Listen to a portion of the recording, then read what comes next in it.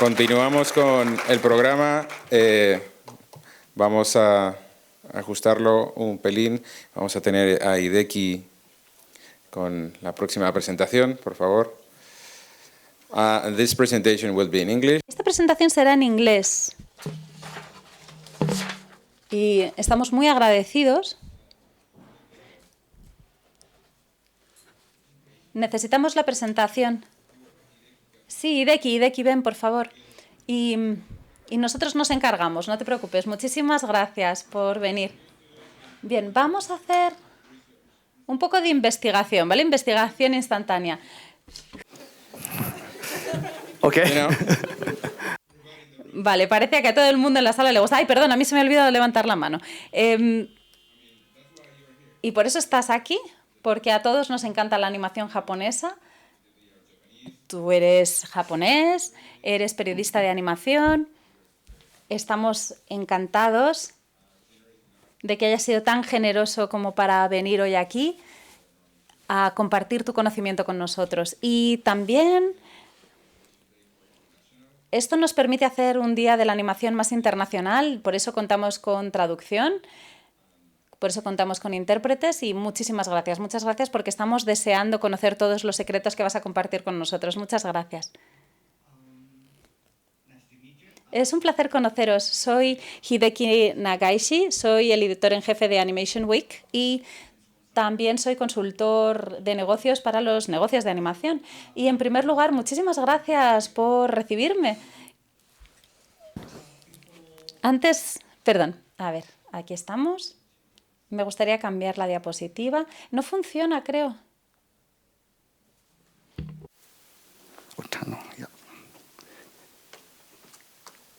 Yeah, works.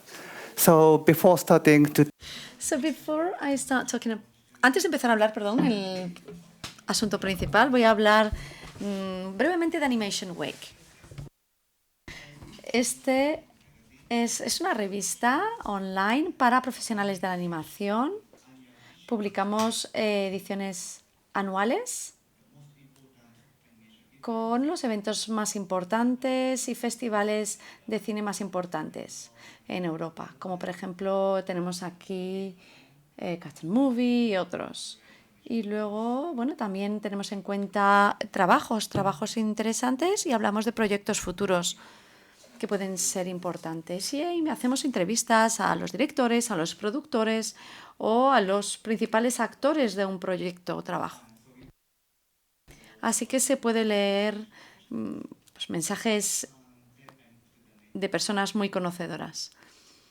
Y hoy, para empezar, voy a hacer una visión general de la industria de animación japonesa. Me gustaría decir que las ventas de las empresas de animación japonesas podemos ver cómo han pasado del 2005 al 2021. En 2005 representaban 950 millones de euros y aumentó hasta 2.000 millones de euros en el 2019. Es decir, se duplicó casi. Así que la industria de la animación japonesa está creciendo claramente. Luego tenemos los números de títulos de animación japoneses. Yo diría que por lo menos había 196 también series de televisión que se publicaron en 2019 o que salieron en 2019. Para el 2021 ya habían 227 títulos. Eso en lo que se refiere a series que se fueron publicando. En lo que se refiere a películas, 53 títulos en el 2019 y 60 en el 2021. Así que unas cifras bastante importantes. Así que puedo decir que la industria de animación japonesa es una industria en claro crecimiento. Hablando sobre el crecimiento del mercado de animación japonés global desde el 2002 hasta el 2020, en el 2002 eran 8.000 millones de euros, pero para el 2013 empezó a crecer claramente y el 2019 llegó a 18.000 millones de euros. Este crecimiento ha estado liderado por las ventas en el extranjero de las animaciones japonesas. Aquí tenemos las 10 películas más importantes, más vendidas en el mercado japonés en el 2019. Y podemos ver aquí en negro las estadounidenses y en azul las japonesas. Así que podemos ver que en el 2019 había tanto las estadounidenses como las japonesas eran las que dominaban el mercado. Y la número 1 fue una película de Takato Mishika y fue la más vendida.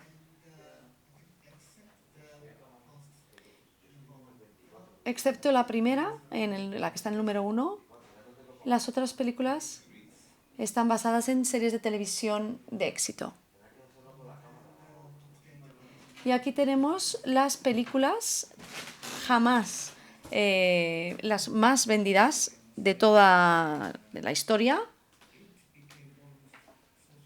8 se convirtieron en un fenómeno social en Japón este año. Por ejemplo, los más conocidos son del estudio Ghibli. En tercero,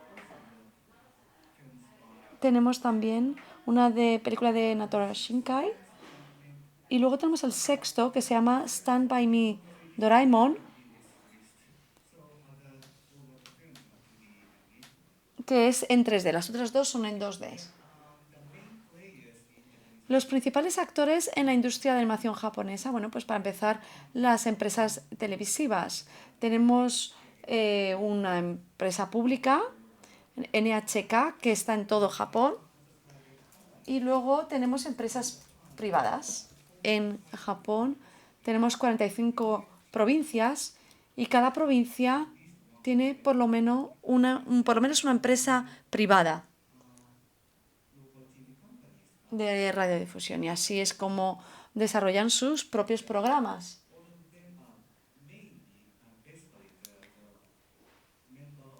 Casi todas las empresas son miembros de los 5 principales grupos de radiodifusión. Podemos, por ejemplo, Nippon TV, TV Asahi, TBS Televisión, TV Tokio y Fuji TV, que son parte de esos 5 grupos principales.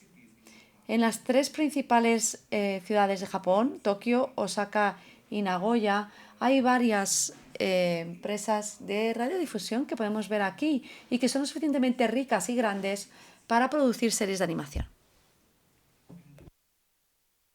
Y los principales estudios de animación, pues he cogido algunos importantes de recordar y los he clasificado en 4 grupos. Luego tenemos a la izquierda estudios grandes como Toei Animation. Luego tenemos los estudios que se centran en largometrajes. Luego tenemos estudios famosos por títulos de alta calidad y finalmente estudios de animación nuevos o jóvenes, famosos por títulos también de alta calidad. Y normalmente en ese grupo tenemos a los estudios que tienen 10 años como mucho. Y aquí tenemos suscripción al vídeo bajo demanda, esas plataformas que tienen muchos títulos de animación. El mercado japonés de animación es muy grande, así que hay muchas plataformas que tienen de vídeo bajo demanda que tienen títulos de animación. Por ejemplo, en azul, servicios en americano, y en negro tenemos los servicios nacionales japoneses. El cuarto era antiguamente americano, pero lo compró Nippon TV, así que ahora es japonés.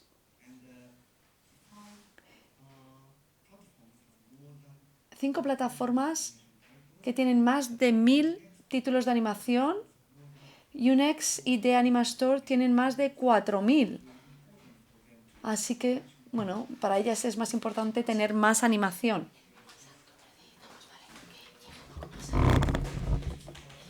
Y esto es bueno, lo que podemos hacer en lo que se refiere a la animación en Japón. Aquí podemos ver que el tamaño del mercado en el 2020 eran 2.300 millones, 2.700 en el 2021, y luego tenemos la cuota de mercado. El líder del mercado es Netflix, tiene un 20% de cuota de mercado, más o menos. Y luego tenemos otros rivales que también tienen una gran cuota de mercado. Así que hay una gran diversidad de plataformas en Japón.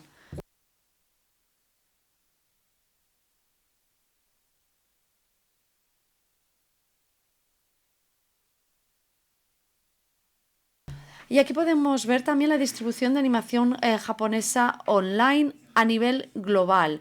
Podemos ver cuáles son los principales distribuidores en Occidente y todos están bajo Crunchyroll, que es el principal distribuidor.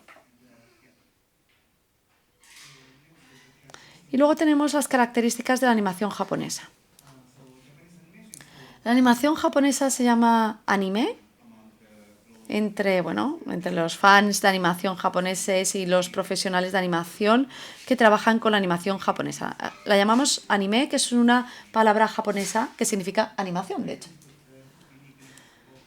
Y tenemos quizás que hablar de la exclusividad del anime, en el que entretener a la audiencia es la principal prioridad.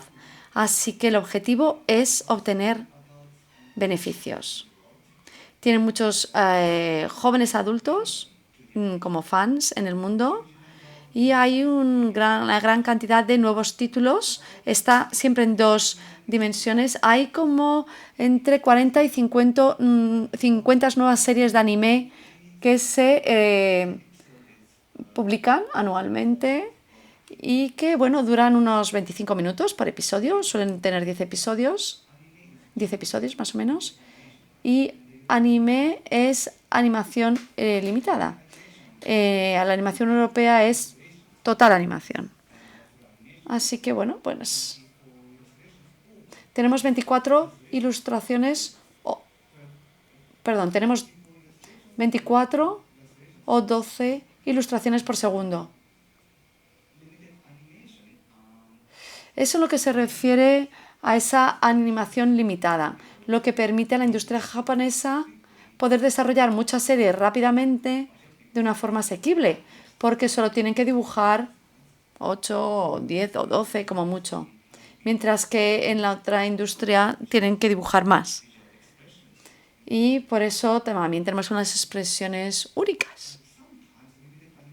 Muchas veces la diferencia de esa animación limitada y la animación europea hace que muchas veces sea difícil poder colaborar con estudios no japoneses. En el 2021, como he mencionado, había 227 series de anime que fueron mostradas en Japón, 80 basadas en manga y 40 basadas en novelas cortas. Así que se basan mucho tanto en manga como en novelas. ¿Y qué tipo de novelas son? Pues son novelas cortas, son las típicas novelas con muchas imágenes tipo manga y se basan y se centran en entretener al público. Es decir, no es literatura sofisticada. Y la mayor parte de estas novelas ligeras, podríamos decir, tienen a protagonistas adolescentes. Creo que la industria manga es una mina de historias originales de alta calidad para la industria anime. Aquí he mencionado algunas características típicas del manga en Japón. Una producción rápida con muchos episodios, ilustraciones en blanco y negro, que son leídas por personas de toda edad, con una gran competencia por su publicación en las revistas de manga. Y ahora hay más de 200 revistas manga en Japón. Y los temas van pues desde hobbies hasta ciencia ficción y fantasía. Tiene una gran diversidad de historias, realmente. Y vamos a ver el tamaño del mercado manga en Japón. En los 70, en 1978, el tamaño del mercado manga era 1.300 millones de euros. Casi un 15% del mercado de publicación japonés en 1978 se dedicaba al manga. En los 80 y 90, el mercado manga consiguió llegar a 3.200 millones de euros en el 88. Vimos además un gran salto. Por ejemplo, una de las principales revistas de manga registró hasta 6.500 millones de copias en 1994. Y la mensual Ribbon, que sobre todo para chicas, registró una venta de 2.500 millones de copias en 1993. En las últimas 2 décadas, podemos decir que Demon Slayer llegó a un récord histórico en 2021 y el tamaño del mercado manga llegó a 4.800 millones de euros en 2021, gracias al gran hit de Demon Slayer. Y aquí tenemos los 5 principales publicadores de manga en Japón: Shueisha, Kodansha, Kadokawa, Shungakukan y Hakusensha. Y aquí tengo sus principales títulos. Hay muchos más, pero bueno, si les interesa este tipo de información, bueno, pues pueden entrar en contacto conmigo más adelante. ¿Y qué aspecto tiene anime? Pues tiene 3 grupos objeto principalmente. Tenemos a niños en edad preinfantil e infantil y familiar, normalmente con series que se muestran por las mañanas y por la tarde. Luego tenemos el sector de los adolescentes, en los que se muestra, en los que podemos verlo en televisión desde, bueno, pues por la tarde, principio de la tarde, y luego para adultos por la noche hasta la medianoche. Y los temas pues son para adolescentes de más edad, jóvenes adultos y adultos. Bueno, pues la verdad es que también hay diferentes tipos de manga, pero bueno, y aquí he escogido algunos, los más populares en Occidente. Por ejemplo, las aventuras de batallas, que son los temas más populares, no solo en Japón, sino en todo el mundo. A lo mejor conocen ya algunos, como Dragon Ball, One Piece, Demon Slayer, Naruto, My Hero Academia y otros. Así que, bueno, los títulos de estos temas vienen de diferentes libros. Y luego tenemos ciencia ficción, con títulos como Akira, Ghost in the Shell, que es internacionalmente conocido. Luego tenemos temas de misterio, detectivescos o de suspense.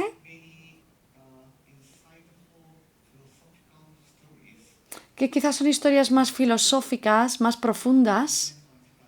Y finalmente la aventura fantástica, que quizás el título más conocido es Attack on Titan.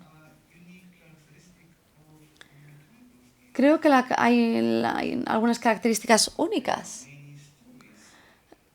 Hay muchas historias que tienen que ver también con política en esta parte.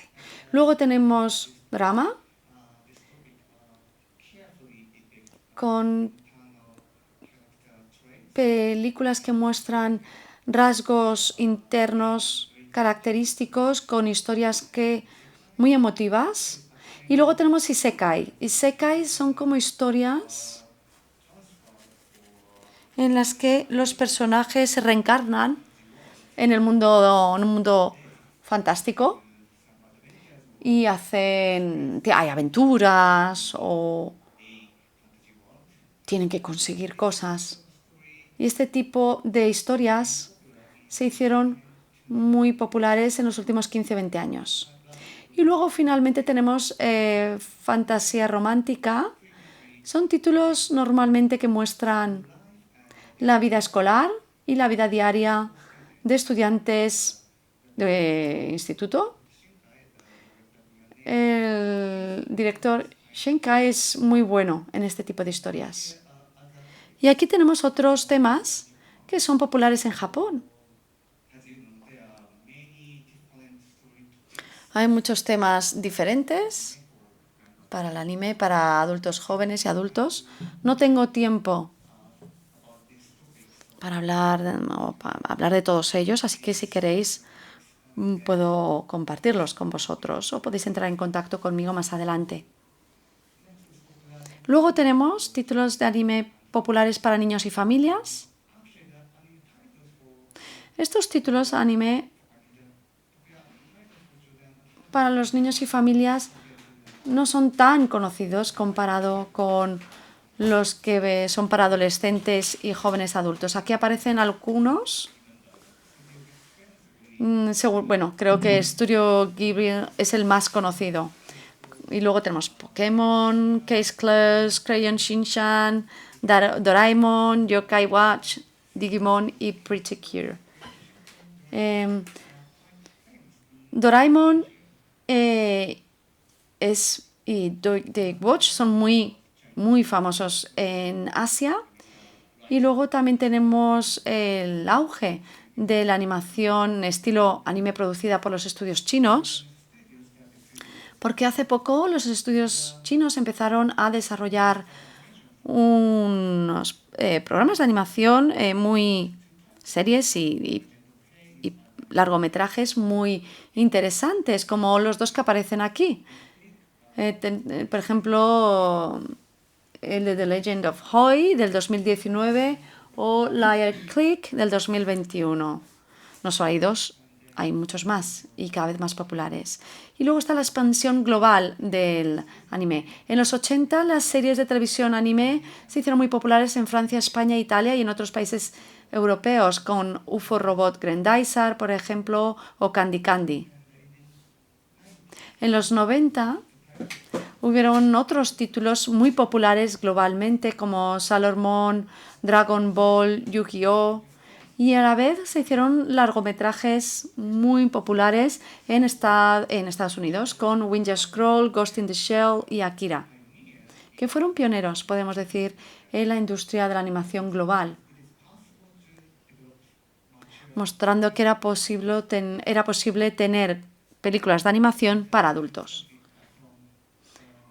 Luego de los 2000 hasta los 2020 hubieron varios títulos muy famosos y que llevaron a la explosión del mercado anime global. A principios de los 2000, por ejemplo, con Naruto, Bleach o One Piece. A principios del 2010 con Attack on Titan. Y más recientemente, en los 2020, Demon Slayer, Jujutsu Kaisen y otros. Yo creo que las plataformas online es algo que está cambiando el paradigma. Sobre todo, por ejemplo, en términos de anime. La mayor parte de los títulos de anime normalmente se veían de forma pirateada online. Pero gracias a la aparición de estas plataformas de vídeo bajo demanda, esto se solucionó. Y, por ejemplo, Crunchyroll empezaron a crear todo un mercado. En lo que se refiere a manga, casi tenía el mismo problema. Pero, por ejemplo, la principal revista de manga desarrolló una app para los PCs y para el móvil para que se pudieran leer diferentes episodios de muchos títulos manga, incluyendo los últimos episodios también más antiguos. Así que esto ha aumentado el número de lectores de manga y ha apoyado el crecimiento del mercado manga y anime. Colaboración internacional. Desgraciadamente, la colaboración internacional entre los estudios japoneses y las empresas extranjeras es aún pequeño. Hay algunos estudios surcoreanos que están teniendo una mayor colaboración con Japón para desarrollar muchos títulos, como algunos 2 estudios que aparecen aquí. En lo que se refiere a la colaboración internacional con Estados Unidos, voy a hablar de ello muy brevemente. En los 80, algunas empresas americanas pidieron a los estudios de animación japoneses que desarrollaran títulos para la industria americana. En los 2000, algunas empresas estadounidenses desarrollaron animación de alta calidad junto con estudios japoneses conocidos por su gran calidad, como los que podéis ver ahí. En la década de los 2010, y es un caso interesante, varias series de televisión estadounidenses fueron creadas con estudios de 3D. Trabajaron junto, por ejemplo, con CGI para desarrollar esas series tan conocidas. Y últimamente, en los 2020, hay una mayor colaboración con Netflix. Así que podréis encontrar muchos títulos de anime originales en Netflix. Y ahora voy a hablar de la colaboración internacional con Europa brevemente. En los 70 y 80, algunas series de televisión hicieron colaboración con empresas francesas. Aquí tenemos 3 títulos. En la década de 2010 y 2020, algunos largometrajes se han hecho en colaboración con entre estudios japoneses y franceses, como The Red Turtle, Mutafukas y The Summit of the Gods. No es en colaboración con un estudio japonés, sino que es una colaboración entre la industria de animación europea y manga japonés. Y es pues un título muy conocido en manga. Y luego tenemos Bell, una película japonesa. Y hay un Katsu Saloon, que es un estudio irlandés muy conocido, que ha hecho algo del arte gráfico para esta película. Y Jin King, que es muy conocido y es estadounidense, ha hecho los dibujos de uno de los principales personajes de esta película. Así que es un buen ejemplo de cómo creadores individuales pueden colaborar internacionalmente. Y ahora tenemos colaboración internacional con Oriente Próximo. Este es un largometraje llamado The Journey, producido por Toei Animation de Japón y Manga Productions de Arabia Saudí. La historia la escribieron 3 creadores de Arabia Saudí, pero el resto son japoneses, como pueden ver aquí. Y luego, puntos del negocio de animación en Japón. Pues me gustaría hablar, para empezar, de Seisaku Hinkai Haushiki, que es un método de financiación único en Japón. Seisho Hinkai es un comité de producción y los miembros de este comité vienen de diferentes industrias, normalmente de un canal de televisión, una agencia de publicidad, una empresa de publicación, una empresa de grabación, etcétera, etcétera. Y empezaron a unirse nuevos departamentos. También, por ejemplo, DVD de China y otros estadounidenses. Y al trabajar en estos equipos multidisciplinares, podemos decir, es más fácil trabajar. Si uno quiere ser miembro de este tipo de comité, pues sería quizás la forma más fácil de entrar en la industria de la animación japonesa. Los miembros de estos tipos de comités hacen una única financiación juntos. El comité Seisaku Hinkai Haushiki hace posible que un proyecto internacional pueda llegar más fácil a los medios de comunicación y además pueden evitar que además ninguna de estas empresas acabe en bancarrota gracias a esa cofinanciación. Los títulos no dependen de esa forma de fondos públicos. Y esto, bueno, es también una de las diferencias entre la industria de animación en Europa y en Japón. Formas alternativas de financiación. Bueno, pues hay algunos títulos en los que dependen de una única empresa. Una única empresa cubre todo el presupuesto, como Dororo o Chainsaw Man. Y luego hay otros títulos en los que varias empresas cubren todo el presupuesto, como Bell y Demon Slayer. Es decir, hay algunas grandes empresas de anime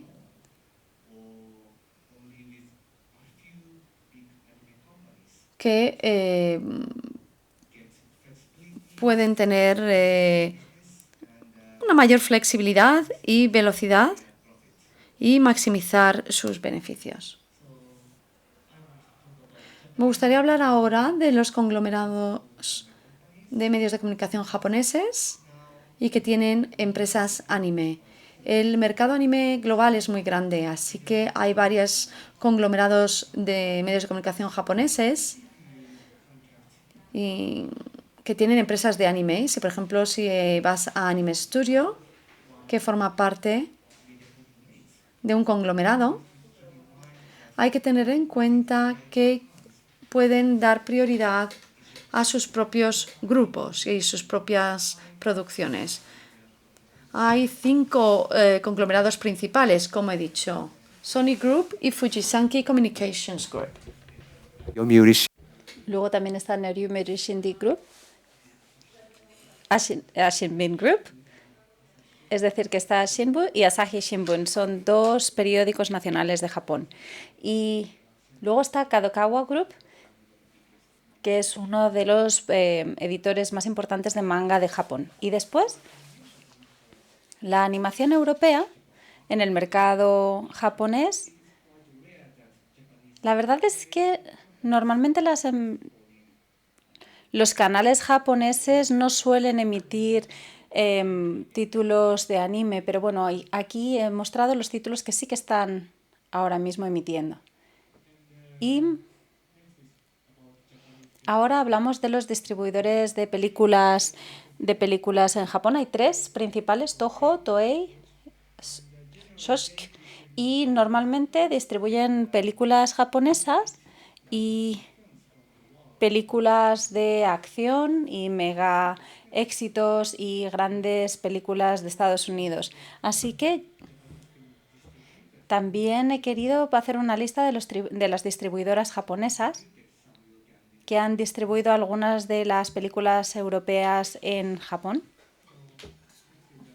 ¿Y qué plataformas japonesas compran animación europea? Pues aquí he hecho una lista de varias plataformas japonesas de SVOD, y no es la lista de plataformas que tienen películas europeas o animación europea, pero estas plataformas son las plataformas que considero que podrían ser una posibilidad, que podrían comprar animación europea porque tienen gran variedad de contenido actualmente. ¿Dónde pueden ponerse en contacto con empresas de anime japonés? Pues me gustaría que supieran que existen estos 2 eventos, MIPCOM y TIFCOM. MIPCOM es la feria anual de comercio de series de televisión que se da en Francia, en Cannes, y TIFCOM es un mercado de contenido internacional que se organiza durante el Festival de Cine Internacional de Tokio, y ahí pueden sobre todo ponerse en contacto con empresas de anime si pueden ir a estos eventos. Por lo tanto, el mensaje con el que deben quedarse es el siguiente: puede ser muy emocionante colaborar con la industria de la animación japonesa, pero el modelo de negocio y el entorno es muy distinto al de la industria europea. Entonces, ¿quieren colaborar con las empresas de animación japonesa o quieren introducirse en el mercado global de anime o quieren distribuir sus títulos de anime en Japón? Si ese es el caso, pónganse en contacto conmigo. Muchísimas gracias. Y en cualquier caso, he decidido ir muy rápido por todas las diapositivas, así que si quieren escuchar algo más acerca de alguna diapositiva en concreto, por favor, no duden en ponerse en contacto conmigo más adelante. Muchas gracias. Yep. Thank you. Muchísimas gracias, Hidaki. Vamos a quedarnos en el escenario. En la sala. Venga, hombre, seguro que todavía tenéis más cosas que preguntar. Está con nosotros también Eduardo Atsubara, que estuvo trabajando allí en Japón, con lo que os puedo contar. Vivencias más personales. Aquí, por favor, micro. Acordaos de esperar el micro para que puedan quedar reflejado en el vídeo. Aquí. Muchas gracias. ¿Se lo puedo decir en español? Si te atreves en inglés, pues... Vale, mi inglés es muy malo, pero bueno. Let's go for the questions in English, please. Thank you. Is it difficult for an artist to work in a Japanese studio? ¿Es difícil trabajar en un estudio japonés? A ver, en cuanto a animadores, creo que hace años era difícil trabajar con la industria de anime japonesa, pero ahora las cosas están cambiando. Entonces, por ejemplo, Netflix tiene algunos proyectos internacionales y tienen algunos estudios japoneses como LM, por ejemplo, Paragon Pictures, Mappas, que ya están trabajando con animadores de Europa o de Estados Unidos o del sur de América. Así que creo que ahora sí que es posible. No es fácil, porque como decía en mi presentación, hacen animación limitada, no una animación completa. Another question, please. ¿Otra pregunta, por favor? Hay otra ahí. Hola, muchas gracias, Hidaki, por su presentación. Me gustaría preguntarle cuál es la perspectiva actual. Es decir, ¿hay alguna posibilidad o qué os recomendaría un partenariado entre empresas latinoamericanas y japonesas? ¿Qué es lo más difícil de hacer para los distintos tipos de proyectos? The possibility of the collaboration. No, ¿me está preguntando cuál es la posibilidad de colaboración entre empresas latinoamericanas y japonesas? Sí, ¿cuáles son los obstáculos más difíciles? Pues a ver, es un desafío, pero creo que actualmente para colaborar con la industria de animación japonesa no es tan difícil como antes, si lo comparamos con el pasado, pero lo más importante que hay que decir es que existe una barrera lingüística, porque es importante saber hablar japonés. Por ejemplo, el número de productores de animación y directores japoneses que no pueden hablar inglés es muy elevado. Y creo que otra de las cosas difíciles para colaborar con los estudios de animación japoneses es que la forma de preparar un presupuesto es distinta. La industria de animación japonesa suelen basarse en sus empresas. La verdad es que no sé cuál será la situación en América Latina, pero en Europa muchos títulos de animación dependen de financiación pública.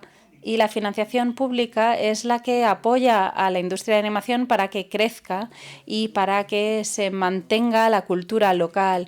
Entonces, si colaboran con estudios japoneses, tiene que ser un 50-50 o la parte japonesa 60 y la otra 40. Entonces, no será una animación europea. Y entonces, la posibilidad de que puedan recibir financiación europea es más difícil. Entonces, tienen que preparar un presupuesto con inversores privados en Europa y es bastante difícil, pero actualmente en Netflix está presente en el mundo entero. Entonces, a lo mejor sí que podrían contactar plataformas americanas, por ejemplo, y a lo mejor hay algo que se puede hacer, alguna puerta que se pueda abrir para poder colaborar con la industria japonesa. Muchas gracias. Okay. Well, we have Eduardo. Eduardo Atsuara ha pedido la palabra. Aparte de su pregunta, Eduardo, si pudieras explicar un poquito tu experiencia en Japón. Lo siento, perdona por ponerte así en el lugar protagonista, pero bueno, para eso están los amigos. Creo que la presentación de Hideki era bastante completa. Nos ha contado todos los detalles de lo que podemos esperar de la industria de animación en Japón. Mi experiencia personal, creo que, como él ha dicho, hay sobre todo una barrera lingüística. Esa es una de las cosas más importantes que hay que superar, sí. Y afortunadamente, cada vez más estudios que hacen colaboraciones internacionales están siendo cada vez más progresistas y se están abriendo, a pesar de que Japón es famoso por ser un país muy protector, sobre todo en la industria anime, con las plataformas VOD. Están empezando a abrirse al mundo y a nuevos talentos. Así que ahora creo que es uno de los mejores momentos para ponerse en contacto con estudios japoneses y arriesgarse. Y en cuanto a mi pregunta, una de las cosas que he visto en tu presentación, Hideki, es que los ingresos por animación está en torno a 2.000 millones de euros, o era esa la situación de 2019, pero después empezó a reducirse un poco, a lo mejor por la pandemia, pero el número de emisiones de programas ha aumentado. Entonces, si pensamos que hay 24 episodios por serie, es un nivel de producción loco, 15 episodios nuevos cada día en Japón.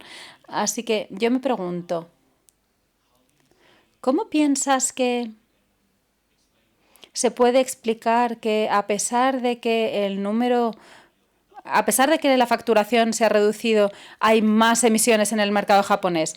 Pues a ver, yo he mostrado en el gráfico el tema del crecimiento del mercado anime, y actualmente la industria de anime japonesa se basa en los ingresos del mercado extranjero. Y en cuanto al desarrollo de series de anime para televisión, yo diría que, como decía, hay distintas productoras que son bastante únicas. Es una forma de financiarse única. Y sobre todo, las empresas de televisión o las empresas de publicidad son los principales inversores para las series de televisión. Y a veces hay varias editoriales. Entonces, es verdad que se han visto afectadas por la pandemia. Por ejemplo, la industria manga en Japón pudo aumentar el tamaño de su mercado porque la gente empezó a leer mangas en los iPads y demás. Entonces, creo que la industria del cine fue la que más impactada quedó por la pandemia de COVID-19. Y también quería explicarles que ahora mismo la industria de cine japonesa tiene como dos tamaños. Tenemos, por un lado, los canales de televisión que quieren desarrollar el mismo número de series de televisión cada temporada, pero algunos estudios de anime quieren que la calidad sea mucho mayor para atraer a audiencias globales, y los estudios de animación son famosos por su alta calidad, seleccionando los proyectos con cuidado, y los detalles requieran más tiempo de producción y más presupuesto. Entonces, hay muchos proyectos de animación en los que las cadenas de televisión no pueden encontrar estudios de producción. Entonces, ahora están apareciendo nuevos estudios de producción en Japón. Y son estudios pequeñitos. Pero es posible porque, como A ver, la verdad es que no estoy seguro de cuál es el porcentaje actualmente, pero recuerdo hace 5 o 10 años más de 70 u 80% de los animadores eran freelance, así que podían trabajar para cualquier estudio de animación. Y esa es un poco la situación. Sí, tenemos dos aquí. Thank you very much. Muchas gracias. Me preguntaba qué es lo que piensa acerca de cómo se trabaja en la animación en Japón, dado que aumenta la demanda de anime y de manga, porque yo he leído que los trabajadores están un poco explotados y que están bajo mucha presión por ese aumento enorme en la demanda. Sí, es una buena pregunta. La industria de animación japonesa se ha enfrentado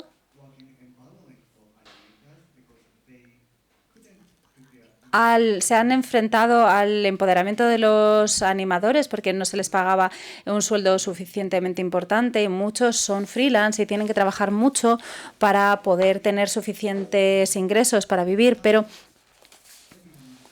dado que ahora todo el mundo en Japón se ha dado cuenta de que la industria de anime es muy importante en Japón, la situación está mejorando. Ahora hay grandes empresas americanas como Amazon Prime y como Netflix que tienen mucho más dinero para dedicarlo a la industria de la animación japonesa. Y como decía, algunos estudios de animación quieren desarrollar productos de mucha más calidad.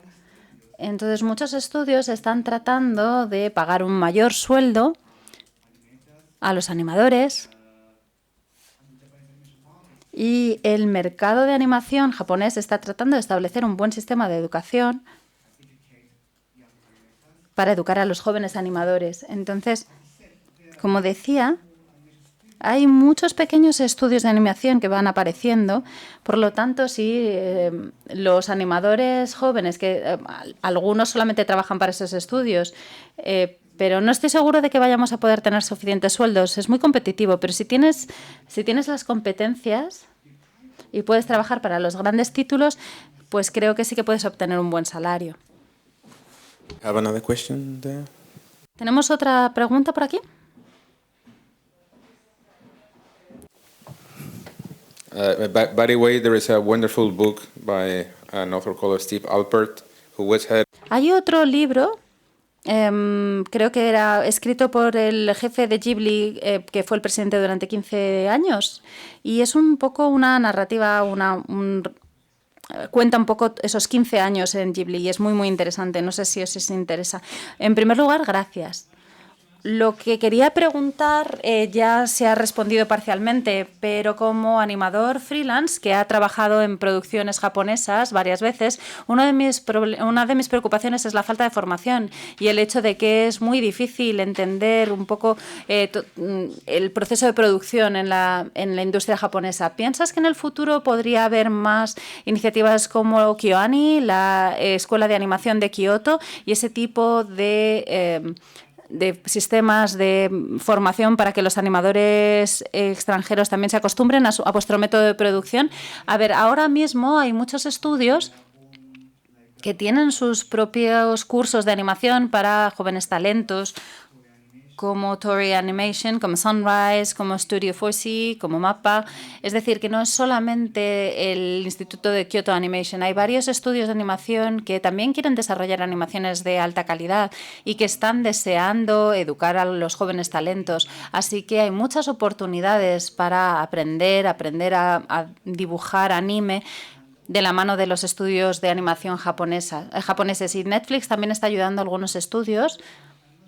A ver, no estoy seguro de esto, pero Netflix están también ayudando a los estudios de animación japonés para que hagan cursos de animación para jóvenes talentos. Así que no estoy seguro de qué clases podéis solicitar hablando únicamente inglés, porque normalmente hay que hablar japonés, pero creo que en el futuro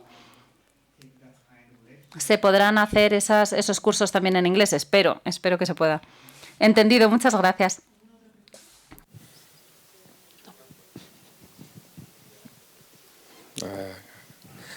Aquí. Gracias.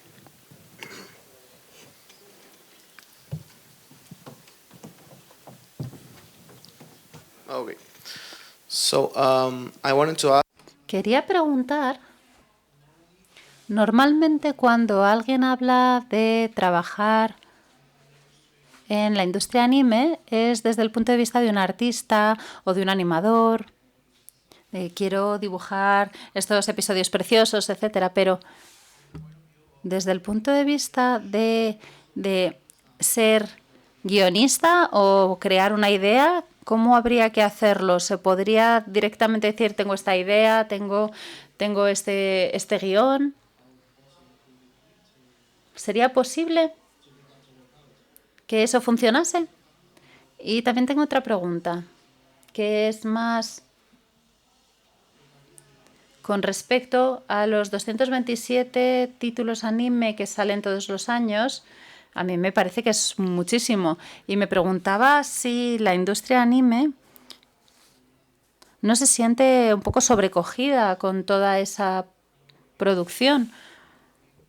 Porque estoy pensando en el hecho de que en 14 años de mi vida no he visto más que 17 animes.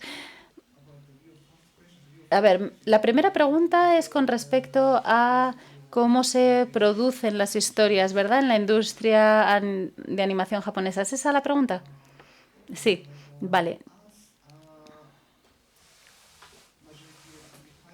La mayoría de los títulos anime se basan en manga o en novelas cómicas y es muy difícil, o sea, en cómics es muy difícil presentar un proyecto nuevo a los estudios japoneses. Entonces, a lo mejor si quisieras hacer eso, tendrías que encontrar alguna colaboración internacional. Por ejemplo, ahora mismo Netflix colabora con muchos estudios japoneses.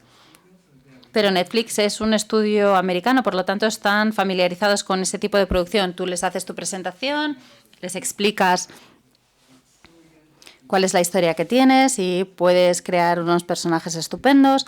Y entonces a lo mejor Netflix puede hacer un poco de intermediario entre tú y el estudio japonés. Y en cuanto a la siguiente pregunta, la razón por la que sigue habiendo unos 200 animes nuevos difundidos cada año es porque las cadenas quieren emitir, porque el anime es muy, muy popular en Japón y muchos japoneses quieren ver más anime. Y ahora pueden exportar además esos títulos de anime al mundo, como decía. Pueden vender sus productos a Netflix o a las plataformas europeas. Por lo tanto, las cadenas de televisión y los editores quieren mantener esa cantidad de producción. Pero es verdad que la industria anime ya está un poco exhausta con el desarrollo de tantos títulos y les faltan animadores. Necesitan educar a los jóvenes talentos para contar con más talentos. Por eso hay tantísimas escuelas de animación gestionadas por los estudios, pero creo que el número de anime debería reducirse a en torno a 100. 200 son demasiados. Es que no es solo una cuestión de decir, es que hay muchísimo anime. No, no es solo eso. Es que a medida que el tiempo va pasando, la animación, no solamente en la animación, sino a veces en la historia, los personajes, etcétera, me veo viendo algo, veo 5 episodios y digo, pero a ver, es que ni siquiera entiendo lo que estoy viendo. No veo el interés. Y si es un shonen, un anime de acción, no me siento ni atraído. Es que ni siquiera la animación, ni los personajes, ni nada.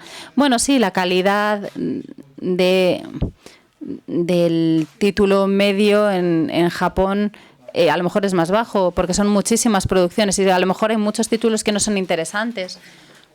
Por eso hay que centrarse más bien en tratar de encontrar las historias más interesantes. Pero en realidad depende también de los productores y sus competencias en las cadenas de televisión y en los estudios de anime, etcétera. Porque, como decía, ahora hay más de 200 mangas, revistas manga en Japón. Y hay muchas historias que son buenas, que no están animadas. Y las cadenas de televisión, los productores, etcétera, están tratando de encontrar mejores historias. Es posible encontrar muchas buenas historias, porque cada revista manga tiene por lo menos 5 a 10 títulos. Y esto significa que hay como 2000 series de manga que se publican al año. Y luego también hay historias originales, porque los estudios desarrollan nuevas historias también para tener a lo mejor a un guionista famoso que colabora con ellos. Así que yo creo que todavía se pueden desarrollar muy buenas historias. Y si tú piensas que hay demasiados títulos porque hay algunas historias que no son interesantes, entonces a lo mejor se debe a que los productores de televisión tienen que encontrar más historias buenas. Pero es difícil porque están muy, muy ocupados, así que lo entiendo, pero bueno. ¿Alguna otra Thank you. pregunta? Thanks a lot. We have any more questions on... ¿Hay alguna otra pregunta? Bueno, pues... Perdón, es que me estoy quedando ciego aquí. Ok, entonces vamos a cortar, volvemos a las 12:15, después del café. Sabéis que como estamos en la Academia de Cine, tiene una cafetería abierta al público que podéis disfrutar ahora y durante todo el año, y también tiene una fantástica biblioteca de acceso libre que podéis disfrutar ahora y durante todo el año. Gracias. Gracias. Yeah. Thank you.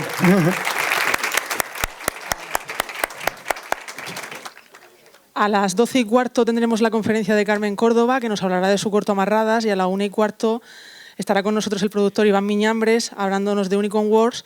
Y por favor dejemos los aparatos de traducción en la entrada, ¿vale? Y os devuelven los DNIs, no nos los quedamos de colección.